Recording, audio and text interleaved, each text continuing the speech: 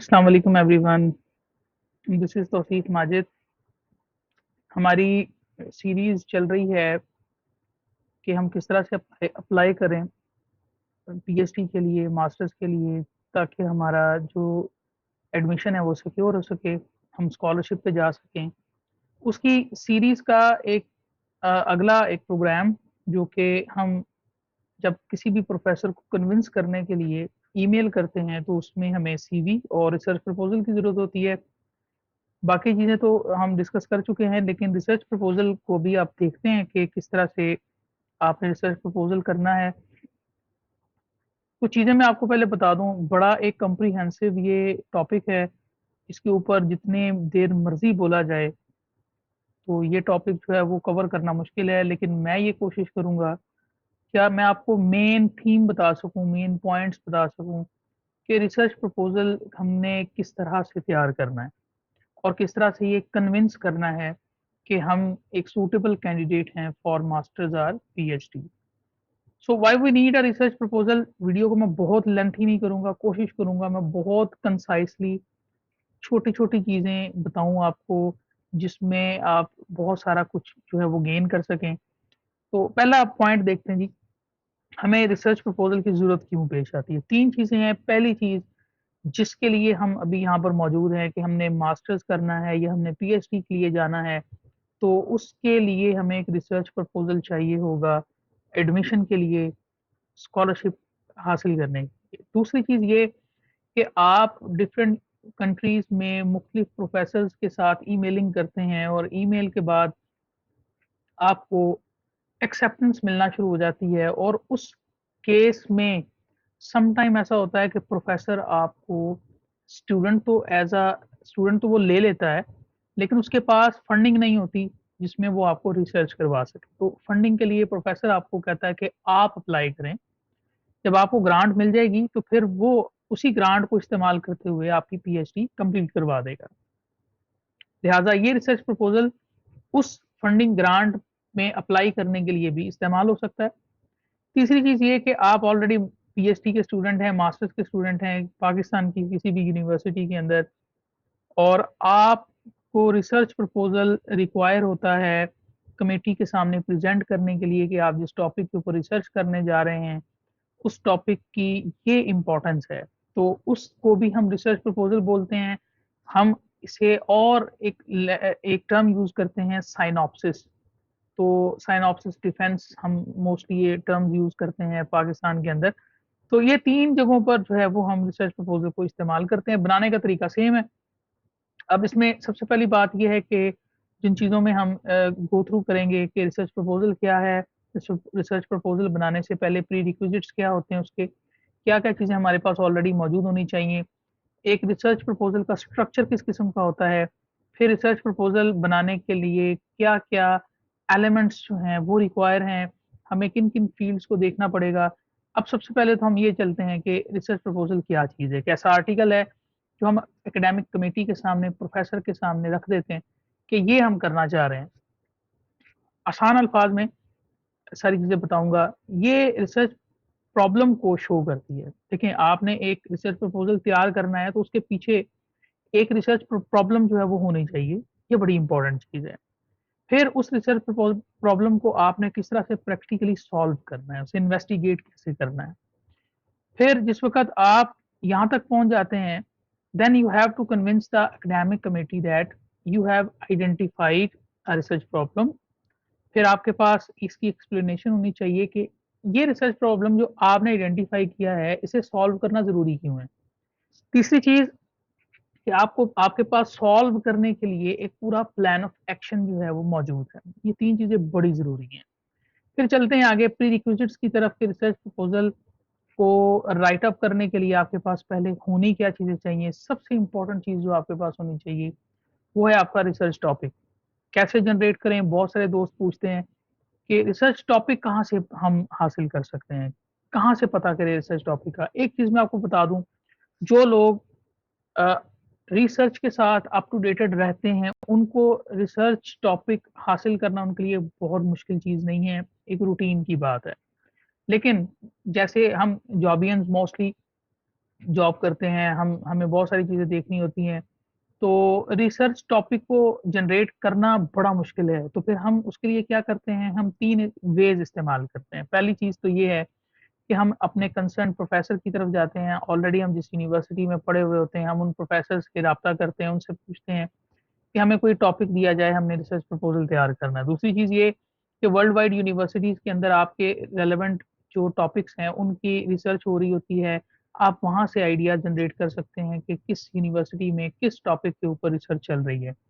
फिर उसके बाद आप रिव्यू आर्टिकल्स, रिसर्च आर्टिकल्स या अदर लिटरेचर को स्टडी करते हैं, स्क्रैच करते हैं चीज़ों को नए सिरे से, ताकि आप ये रिसर्च गैप ढूँढ सकें कि रिसर्च के दौरान इन एरियाज़ को हाइलाइट नहीं किया जा सका जो आप करना चाह रहे हैं। इसे हम रिसर्च गैप बोलते हैं।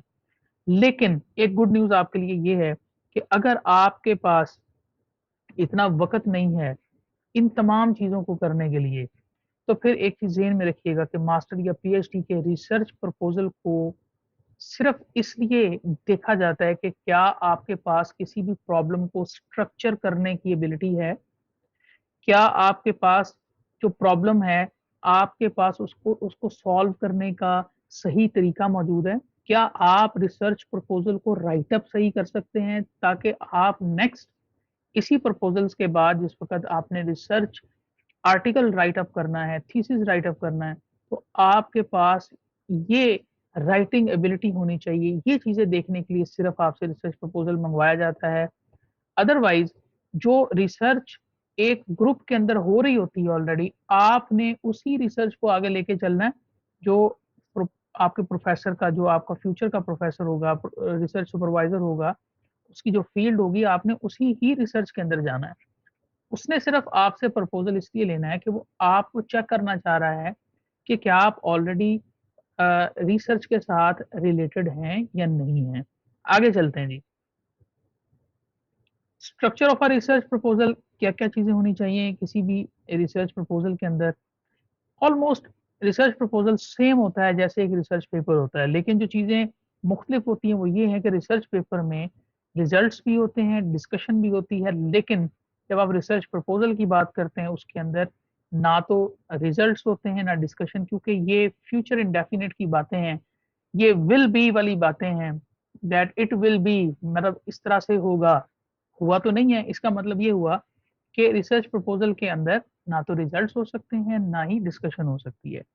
इसमें जो चीज़ें हैं वो टाइटल, सबसे पहले आपका रिसर्च टॉपिक जो है, फिर उसके बाद लिटरेचर रिव्यू और रिसर्च गैप, फिर रिसर्च ऑब्जेक्टिव्स और रिसर्च के रिलेटेड क्वेश्चंस, फिर रिसर्च मेथोडोलॉजी है, फिर एथिकल कंसिडरेशन ये ऑप्शनल है, मैं आपको वन बाय वन चीज़ें बताऊँगा अभी-अभी, टेंटेटिव टाइमलाइन है, बजटिंग है, सिग्निफिकेंस ऑफ रिसर्च है एंड देन रेफरेंसेस हैं। सबसे पहले हम टाइटल की बात कर लेते हैं कि प्रपोज़ टाइटल क्या होना चाहिए, किस तरह का होना चाहिए। देखें, इन्फॉर्मेटिव होना चाहिए, टाइटल पढ़ते ही इन्फॉर्मेशन आनी शुरू हो जाए उसके हवाले से, कंसाइज़ होना चाहिए, उसमें बहुत लंबी-चौड़ी कोई स्टेटमेंट्स ना हो या बहुत ही छोटी स्टेटमेंट्स ना हो, अटेंशन ग्रैबिंग होना चाहिए। मतलब आप पढ़ें, पढ़ने के बाद आप अटेंटिव हो जाएँ उस रिसर्च आर्टिकल के टॉपिक की तरफ, तो फिर ये चीज़ें जो हैं बड़ी इम्पोर्टेंट हैं। इसमें कुछ एग्ज़ाम्पल्स मैंने यहाँ पर पुट की हुई हैं। आप में से जो कंसर्न्ड लोग हैं वो भी इसको समझ लेंगे, जो ज़्यादा टेक्निकल नहीं है वो भी इनमें से कुछ चीज़ों को समझ सकते हैं। The effect of pH on the degradation of xenobiotics, ये पोल्यूटेंट्स की बात हो रही है कि पीएच का क्या इफेक्ट है इन पोल्यूटेंट्स या ज़ीनोबायोटिक्स की डिग्रेडेशन में। फिर sun bathing extends the risk of skin cancer. अक्सर आप यूरोपियन कंट्रीज़ में, अमेरिका में, कनाडा में आप देखते हैं कि स्किन को टैन करने का बड़ा एक रिवाज है, लेकिन उसकी वजह से स्किन कैंसर के मामला जो है वो बढ़ रहे हैं। तो ये भी एक रिसर्च आर्टिकल हो सकता है। Lack of interest in the competitive sports amongst youth of Pakistan. अब यहाँ देख सकते हैं कि आजकल की यूथ के अंदर जो स्पोर्ट्स के अंदर पार्टिसिपेशन की एक प्रोबेबिलिटी है वो बहुत हद तक कम हुई है। ये क्यों हुआ है? ये भी एक अच्छा एक रिसर्च टॉपिक हो सकता है। आगे चलते हैं जी। लिटरेचर रिव्यू और रिसर्च गैप क्या है?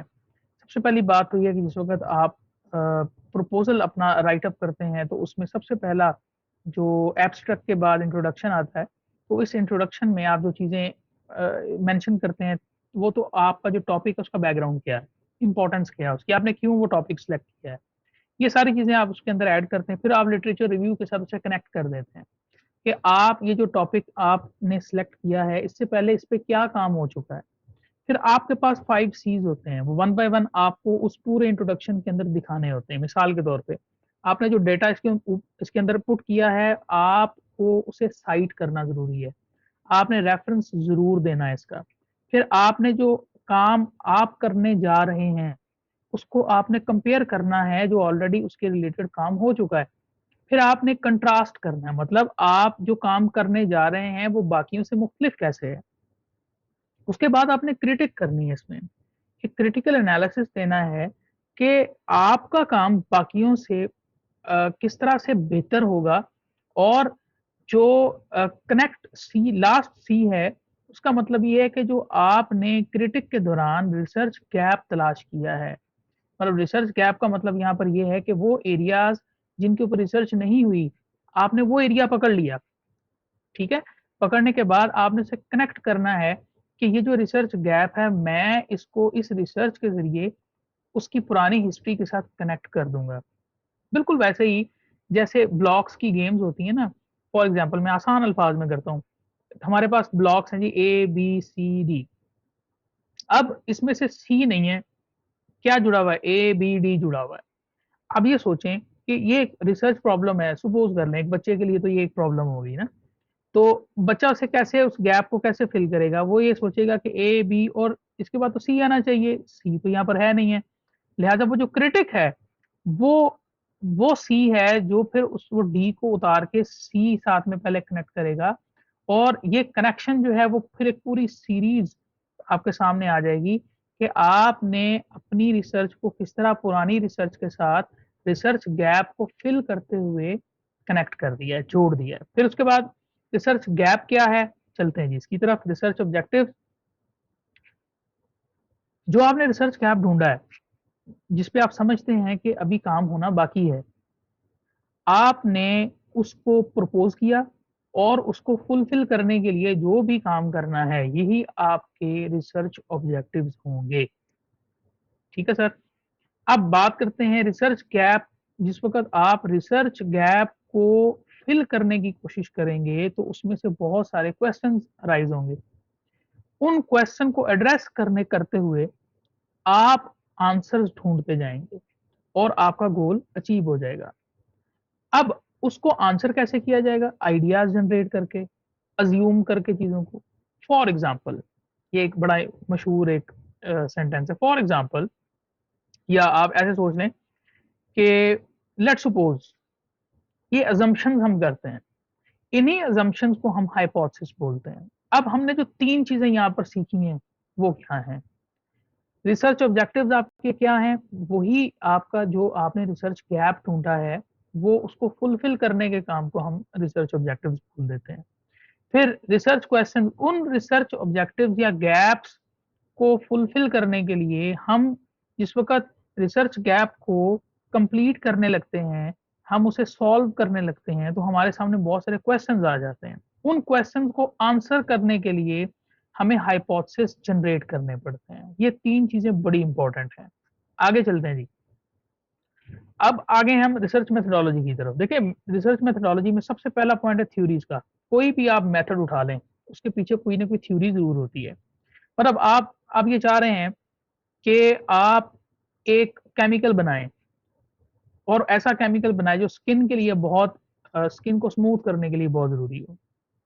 अच्छा, अब वो जो केमिकल बनाना है, उस केमिकल की फ़ॉर्म्यूलेशन के लिए जो प्रोसीजर इन्वॉल्व है, जो स्टेप्स इन्वॉल्व हैं, उसके बिहाइंड एक थ्योरी जो है वो मौजूद होती है। आप पुराने रिसर्च आर्टिकल्स को स्टडी करते हैं और फिर उस थ्योरी की बेस के ऊपर अपना एक मेथड बना लेते हैं। फिर उस मेथड को आप फ्रेमवर्क में ले आते हैं। सेकंड पॉइंट देखिएगा, फ्रेमवर्क। आप स्टेप बाय स्टेप चीज़ों को छोटे-छोटे स्टेप्स में डिवाइड कर लेते हैं।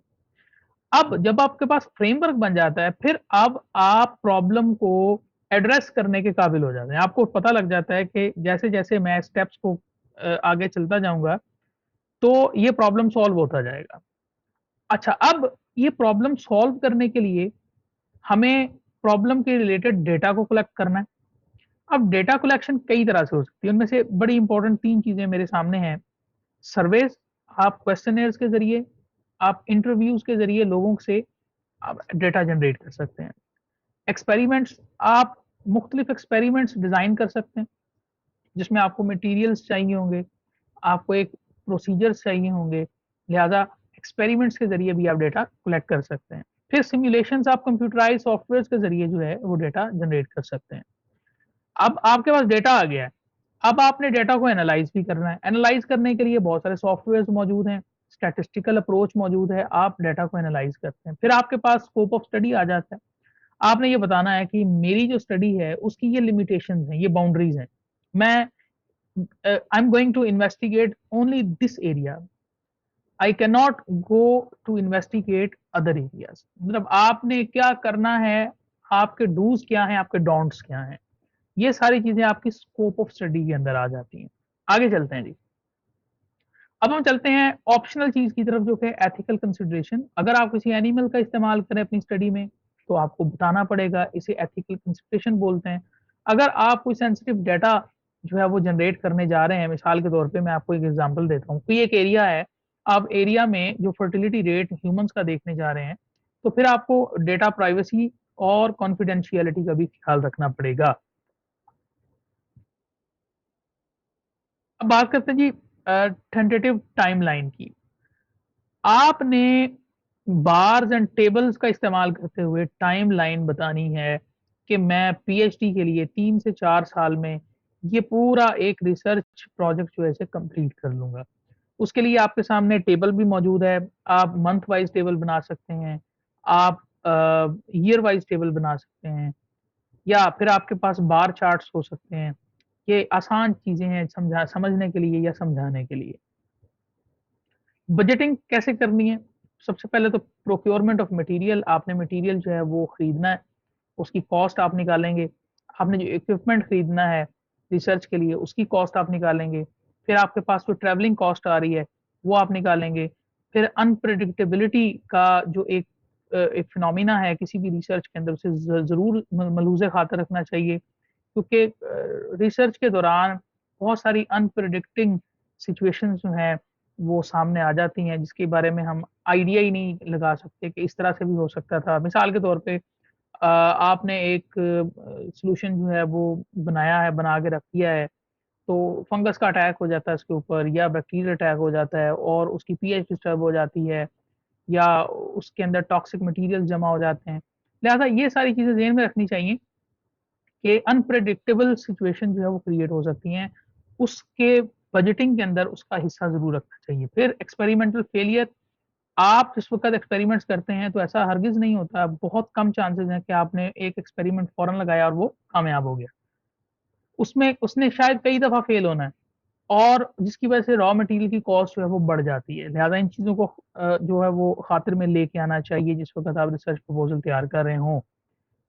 फिर significance of research at the end, आप एक चीज़ ज़हन में रखें, आपने अपनी एकेडमिक कमेटी को ये बावर करवाना है कि जो काम आप करने जा रहे हैं, जो टास्क या एक प्रॉब्लम को आप सॉल्व करने जा रहे हैं, वो कितनी इम्पोर्टेंट है, ताकि आपका प्रोजेक्ट जो है वो अच्छे तरीके से कंप्लीट हो सके। ना सिर्फ कंप्लीट हो सके, बल्कि जो एकेडमिक कमेटी है वो उसके लिए पॉजिटिव रीइंफोर्समेंट का जो है वो मुज़ाहरा करें। आगे चलते हैं जी।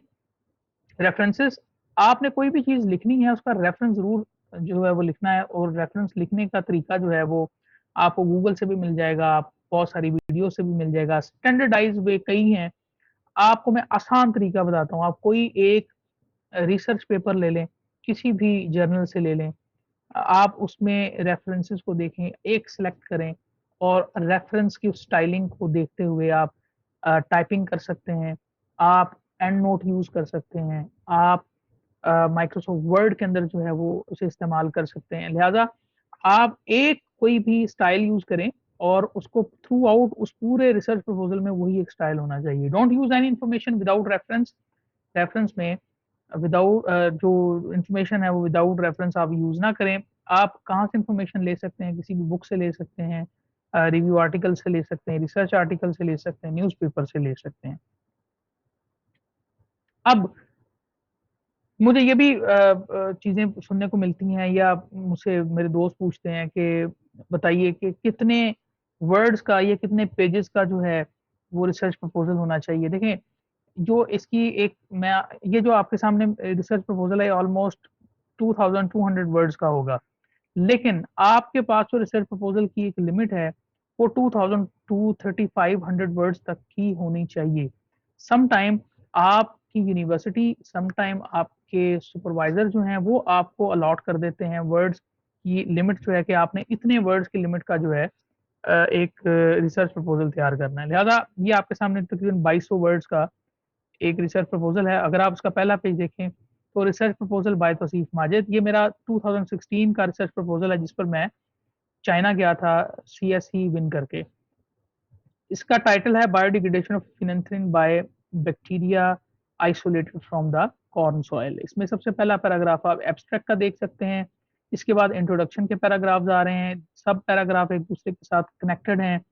फिर मटेरियल मेथड की बात करते हैं तो जो इस पूरे एक्सपेरिमेंट के अंदर मटेरियल्स इन्वॉल्व थे वो यहाँ पर लिखे गए और उसके बाद इसको करना कैसे एक्सपेरिमेंट को वो यहाँ पर लिखा गया। एट द एंड हमने कंक्लूड किया इसको कि जिस वक़्त हम ये रिसर्च जो है कंप्लीट कर लेंगे तो उसका कंक्लूजन ये होगा। ठीक है जी? उसके लास्ट पे आप रेफरेंसेस देख सकते हैं एंड दैट्स इट। ये थी आज की वीडियो। इंशाल्लाह मैं एक नई वीडियो के साथ जल्द हाज़िर होऊँगा, जो कि फिर हमारे अगले चीज़ों को कि हमने एक ईमेल कर दी है, ईमेल करने के बाद हमें कौन-कौन से डॉक्यूमेंट्स चाहिए या उसकी जो एक्सेप्टेंस है वो किस तरह से आती है, कितना फटीग काम है ये, कितनी देर हमें ये करना चाहिए, क्या हमें डेली करना चाहिए या इसको हमने किस तरह से करना है, हमने प्रोफ़ेसर्स को ढूँढने के बाद हमने उनके साथ फ्यूचर में कन्वर्सेशन कैसे करनी है। अगर कोई प्रोफ़ेसर हमें इस चीज़ पे ले आता है कि ठीक है मैं आपको फंड कर देता हूँ या मैं आपको एक्सेप्टेंस लेटर दे देता हूँ, उसके बाद हमने उसके साथ किस तरह से राब्ते में रहना है, इसके लिए मैं नेक्स्ट वीडियो बनाऊँगा इंशाल्लाह। Thank you so much.